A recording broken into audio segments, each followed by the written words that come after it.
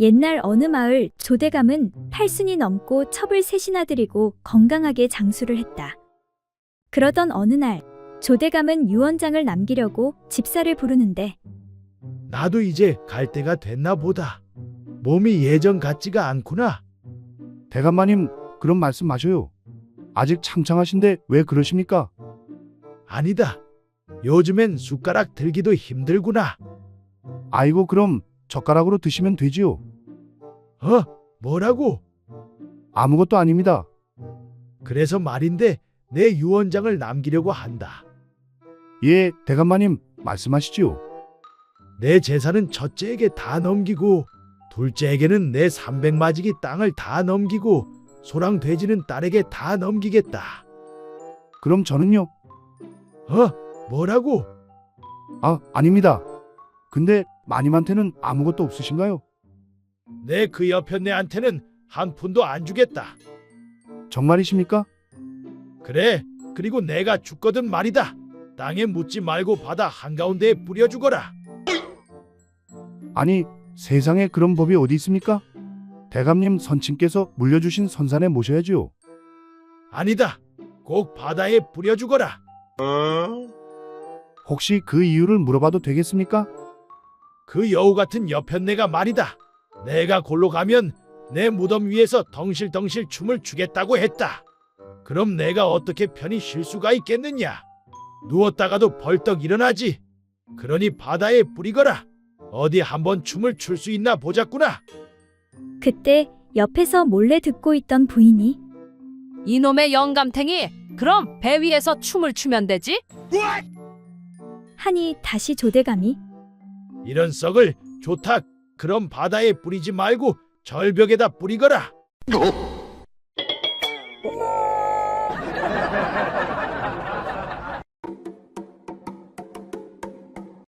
옛날 어느 마을에 어리숙한 농부가 있었다. 어느 날 농부는 우연히 사마귀가 나뭇잎에 몸을 가리고 레미를 잡는 모습을 보게 되었다. 옳거니 그건 참으로 좋은 방법이구나. 농부는 좋은 방법을 알아내었다고 생각하고 큰 나뭇가지를 한아름 가지고 와 나뭇잎으로 제 몸을 가리면서 아내에게 물었다. 여보, 내 몸이 보여? 안 보여? 그러나 작은 나뭇잎에 몸이 가려질 턱이 없으므로 아내가 신경질적으로 대꾸했다. 다 보여요. 그러나 농부는 단념하지 않고 계속 나뭇잎으로 이리저리 몸을 가리면서 다그쳐 물었다. 여보, 이제 보여? 안 보여? 아내는 그때마다 계속 보인다고 했으나 남편이 끈질기게 계속 물어보자 마침내 귀찮아진 아내가 아무렇게나 대답했다. 이제 안 보여요. 안 보여. 아싸, 드디어 성공이로구나. 성공한 것을 기뻐한 농부는 다음 날 알몸뚱이에 망태기를 메고 나뭇잎으로 몸을 가린 다음 시장으로 나갔다. 그리고 눈에 보이는 대로 물건을 마구 집어먹기도 하고 망태기에 담기도 했다. 이렇게 하니까 아무도 몰라보겠지. 농부는 나뭇잎으로 몸을 가렸으니 아무도 못 보리라 생각했다. 그런데 그때 상인들이 농부를 보고 말했다. 아니, 이보시오. 왜 벌거벗고 남의 물건을 함부로 훔쳐가는 것이오? 어서 저놈을 관가에 끌고 갑시다. 사람들이 어리숙한 농부를 끌고 관가로 갔다. 사또는 농부에게 크게 호통을 치며 네 이놈! 감히 남의 물건에 손을 대다니 마땅히 벌을 받아야겠다. 사또나리 잘못했습니다. 한 번만 용서해 주십시오. 농부는 몸을 벌벌 떨면서 자초지종을 이야기했다. 그 말을 들은 사또는 아니 세상에 이렇게 멍청한 자가 다 있다니. 사또는 하도 어이가 없어 농부를 그냥 집으로 돌려보냈다. 집으로 돌아온 농부는 마누라를 보며 소리쳤다. 세상에 참, 마누라 말 믿었다. 옥에 갇힐 뻔했네.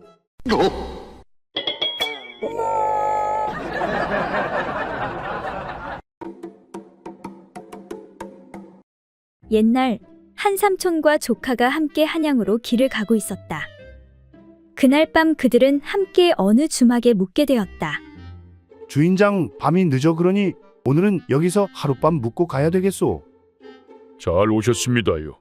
마침 우리 부부가 쓰는 방 옆에 빈 방이 하나 남았는데 거기를 쓰시면 될 것 같습니다. 그런데 밤이 깊어지도록 조카는 잠을 이루지 못하고 있었는데 그때 옆방에서 주막주인 부부가 갖가지 재주를 쓰면서 격렬하게 정을 나누기 시작하였다. 조카는 그 소리를 들으며 손으로 삼촌을 잡아 흔들었으나 삼촌은 깊은 잠에 빠져 깨어나지 못하였다. 이튿날 조카가 삼촌에게 삼촌, 간밤에 이러이러한 재미있는 일이 있어서 혼자 들었어요. 아니 뭐야? 그럼 왜 나를 깨워서 함께 듣지 않았느냐? 하고 묻자 조카가 그 말에 그럴 리가 있습니까? 아무리 흔들어도 삼촌이 일어나지를 않았어요. 하고 말하자 삼촌은 길게 한숨을 내쉬면서 주막집 여주인 미모가 상당하던데 아쉽다 아쉬워. 그럼 우리 오늘 하루만 더 묵어서 나도 그 짓을 하는 소리를 들어보고 가야겠구나. 내 오늘 밤은 잠을 자지 않고 기다려야겠군. 그래서 둘은 하루를 더 묵기로 하였다. 그런데 밤이 깊어갔으나 아무 소식이 없자 삼촌은 잠시 눈을 붙인다는 게 깜빡잠이 들고 말았다. 마침 이때 옆방에서 주인 부부가 정을 나누는 소리가 나는 것이었다. 이에 조카가 삼촌을 흔들며 삼촌, 얼른 일어나 보세요. 주막 부부가 일을 시작했어요. 그러자 삼촌은 잠결에 정신을 차리지 못하고 큰 소리로 뭐라고? 주인 부부가 그 일을 정말 시작했단 말이냐? 아이고, 우리 때문에 손님들이 잠을 못 자니 이제 그만하고 잡시다. 주막 부부는 분위기가 깨어져 일을 그만두었다. 이에 화가 난 삼촌이 큰 소리로 이런 젠장! 숙박비와 밥값을 이틀치나 물었는데 오늘도 못 듣다니 정말 분하다 분해! 다음 날 삼촌과 조카가 주막을 나서는데 주막 주인이 웃으며 말했다. 손님, 한 번 더 기회를 드릴 테니 오늘 하룻밤 더 묵고 가시지요.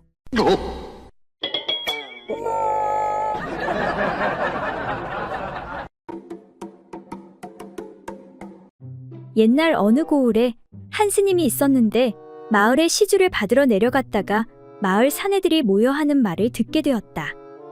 천하의 여인의 옥문 맛보다 더 좋은 것은 없다네. 그렇고 말고 세상에서 제일 귀한 맛이 아니던가. 스님은 어려서 절에 맡겨졌기 때문에 그 말이 무슨 뜻인지 알 수가 없었다. 그 뒤로 스님은 귓가의 사내들의 말이 계속 맴돌며 스님을 괴롭혔다. 도대체 여인의 옥문의 맛이 어떻길래 그러는 것인지 참으로 궁금하구나. 스님은 옥문 맛을 한번 보았으면 하고 늘 마음속에 소원했다. 그러던 어느 날 홀로 깊은 산길을 가고 있는데 스님의 먼 발치에서 한 여인이 걸어오고 있는 것을 보았다. 이에 스님은 속으로 크게 기뻐하며 아무도 없는 산속에서 저 여인을 만났으니 그 옥문이라는 것의 맛을 볼 절호의 기회가 아닌가? 그리 생각한 스님은 여인에게 다가가 정중하게 합장을 하고 부탁했다. 소승이 아직까지 옥문 맛을 한 번도 보지 못하였는데 그 맛을 좀 보여주실 수 있겠습니까? 이에 여인이 말하길 그거야 뭐 어려울 것도 없지요. 은큼한 여인은 스님 맛을 볼 수 있게 된 것이 반가워서 얼른 가랑이를 벌리고 돌 위에 누웠다. 이에 스님은 바랑에서 나무 숟가락을 꺼내서 옥문 안을 긁어내어 맛을 보더니 얼굴을 찌푸리며 이크! 이런 고리타분한 맛을 그렇게 좋다고 하니 참으로 미친놈들일세. 그래도 혹시 모르니 숟가락을 깊이 넣어 다시 한번 맛을 봐야겠구나. 이에 한껏 기대를 하고 있던 여인은 스님의 행동에 화가 나 아니, 스님, 거기는 나무 숟가락을 넣는 것이 아니고 가운데 달린 가죽 방망이를 넣어야지요. 아니 그게 무슨 소리요? 아, 그 오줌 넣을 때 쓰는 가죽 방망이 말이요. 이에 깜짝 놀란 스님이 예끼 어찌 세상에서 제일 귀한 음식에 그런 것을 넣을 수가 있단 말이오. 역시 속세 사람들의 말은 도무지 믿을 수가 없다니깐. 그렇게 스님은 옥문의 맛을 평생 보지 못하고 수행에 정진하였다고 한다.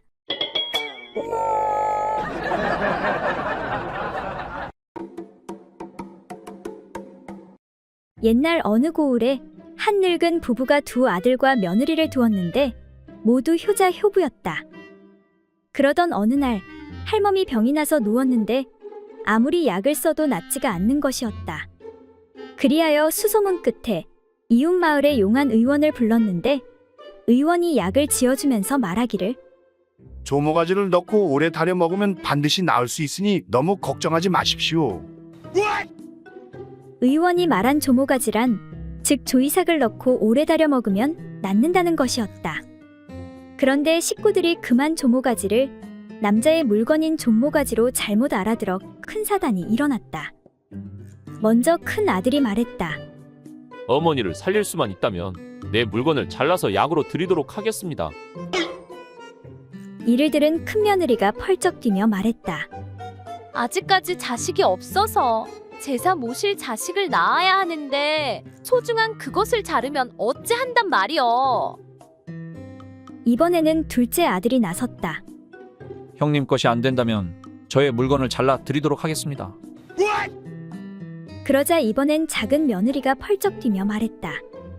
아니, 아직 시집 온 지 몇 달밖에 안 되었는데 난 빳빳한 그것이 없으면 못 산단 말이에요. 이에 화가 난 영감님이 소리쳤다. 이런 부려막심한 놈들, 너희들이 안 된다면 하는 수 없구나. 나의 물건이라도 베어서 놓고 약을 달여서 할멈을 살려야겠다. 그러자 할멈이 놀라 병석에서 벌떡 일어나면서 하는 수 없구나. 영감 것은 아무 쓸모가 없으니 어서 베어서 약을 달여오너라.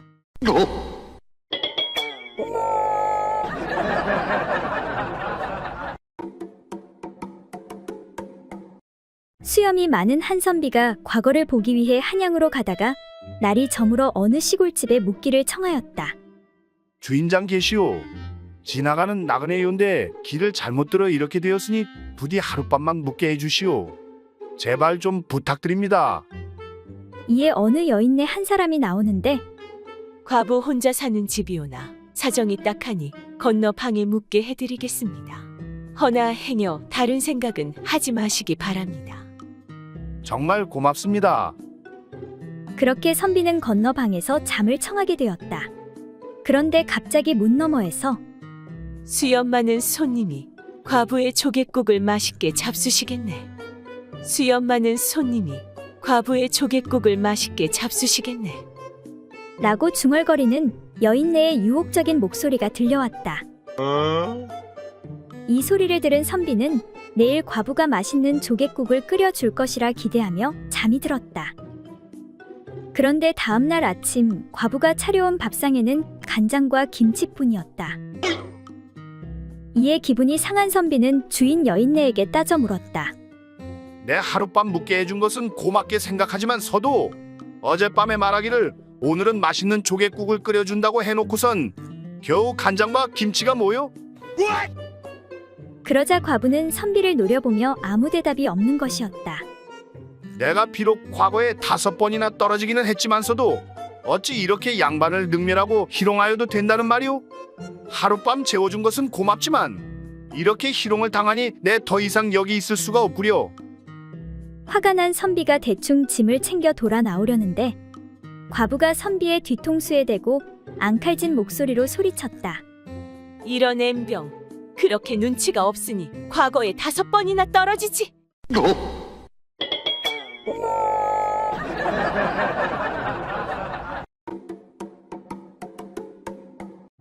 옛날 어느 마을에 어떤 부잣집 노인이 딸 셋을 두었는데 집안 형편이 넉넉할 때 장녀를 시집 보냈으며 그때 신랑의 나이는 22세의 대감댁 자제였다. 그 후 가세가 급격히 기울어져 딸이 혼인할 길이 없게 되었다가 둘째 딸이 어렵사리 나이 많은 노총각 하나를 구해 신랑을 맞이하게 되니 그 신랑의 나이는 40세 되는 선비였다. 그리고 시간이 더 흐르고 나서 집안 형편이 더욱 어려워져 모든 재산을 날리고 그 많던 종들도 다 떠나고 겨우 하나만 남게 되었다. 그리하여 셋째 딸은 겨우겨우 호라비 하나를 신랑으로 맞이하게 되었는데 그 신랑의 나이는 50세가 넘은 양반이었다. 그러던 어느 날 세 딸이 친정에 모일 기회가 생겨 조용히 얘기를 나누고 있었는데 이런저런 이야기를 하던 중 각자 자기 신랑의 물건에 대한 이야기가 나오게 되었다. 먼저 22세 사내와 결혼한 장녀가 말하기를 우리 신랑의 물건에는 빳빳한 침이 있더라. 육침이.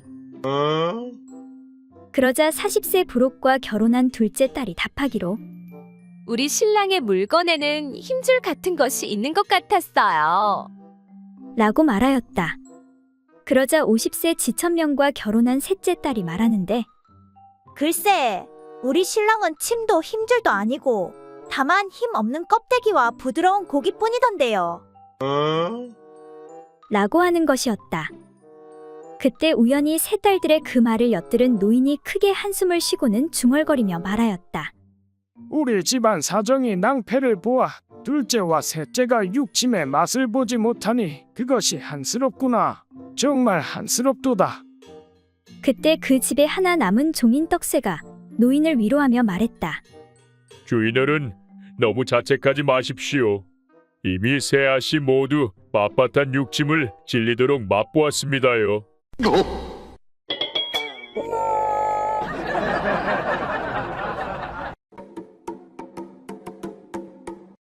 옛날 어느 마을에 여러 명의 촌사람이 각자의 밭에서 김을 메고 있었다. 그런데 맨 위쪽에 있는 밭에서는 젊은 부부 단둘이서 호젓하게 김을 메고 있었다. 그때 아래쪽 밭에서는 여러 명이 큰 소리로 웃으며 떠들어대는 것이었다. 그 이야기의 대부분은 음담패설이 아니면 육담으로 해악과 풍자였다. 한마디로 음욕을 자극하는 말들이었다. 그 말을 들은 젊은 아내가 남편에게 넌지시 말하길. 당신은 저 소리가 안 들리나요?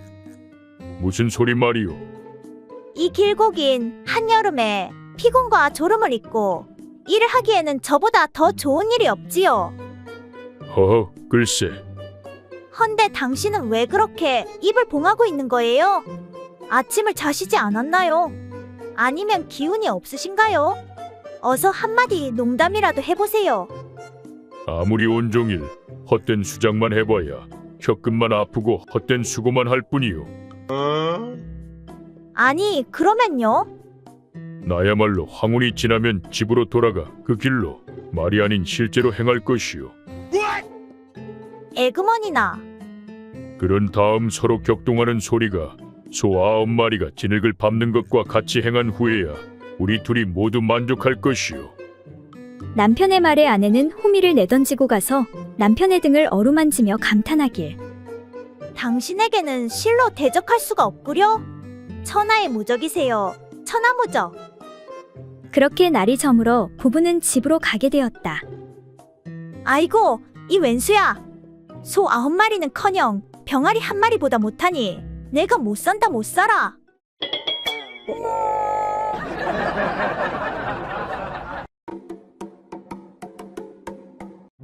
옛날 어느 고을에 사는 홍식과 춘식이라는 두 젊은 선비가 함께 여행을 하고 있었다. 그러던 중 어느 한 마을에 다다르자 냇가에서 동네 젊은 처녀 하나가 빨래를 하고 있었다. 문득 홍식이 장난기를 참지 못하고 옆에 있던 춘식에게 말했다. 역시 시골 여인들이 참 순박하고 곱다니까. 저 저고리 속 속살은 얼마나 고울꼬. 이복의 춘식이 자네가 가서 저기 빨래하는 저 처자의 가슴 좀 한번 보게 해주게. 만약 그렇게 해줄 수 있다면 내가 남은 경비와 밥값은 다 되겠네.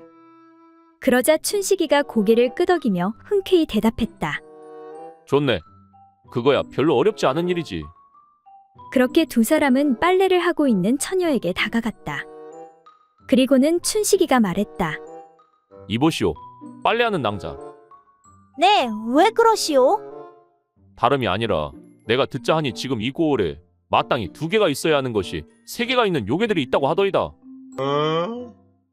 그래서 그것들 때문에 큰 흉년이 들 것이라는 소문이 자자하오. 이에 고을 원님께서 빨리 그 요괴를 잡아오면 큰 상을 내리겠다고 하시던데 내가 보기에는 온매무새를 보아하니 처자가 분명 가슴이 3개 달린 요괴 같소.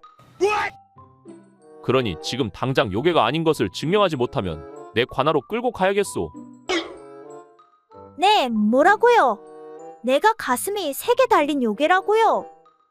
그 말을 들은 처녀는 지레 겁을 먹고 허겁지겁 옷을 풀어 보이면서 말했다. 그게 무슨 소리예요? 자, 보세요. 제 가슴은 이렇게 2개뿐이에요.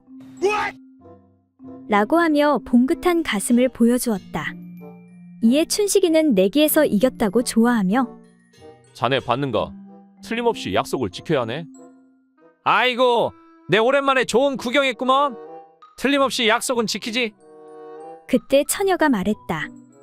선비님, 정말 원님께서 요괴를 잡아오면 큰 상을 주신다고 하셨습니까? 그렇소.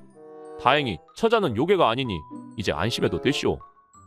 그런데 선비님, 제가 보니 저 옆에 있는 선비님이 아무래도 가운데 다리가 하나 더 달린 요괴 같은데 얼른 잡아가시지요.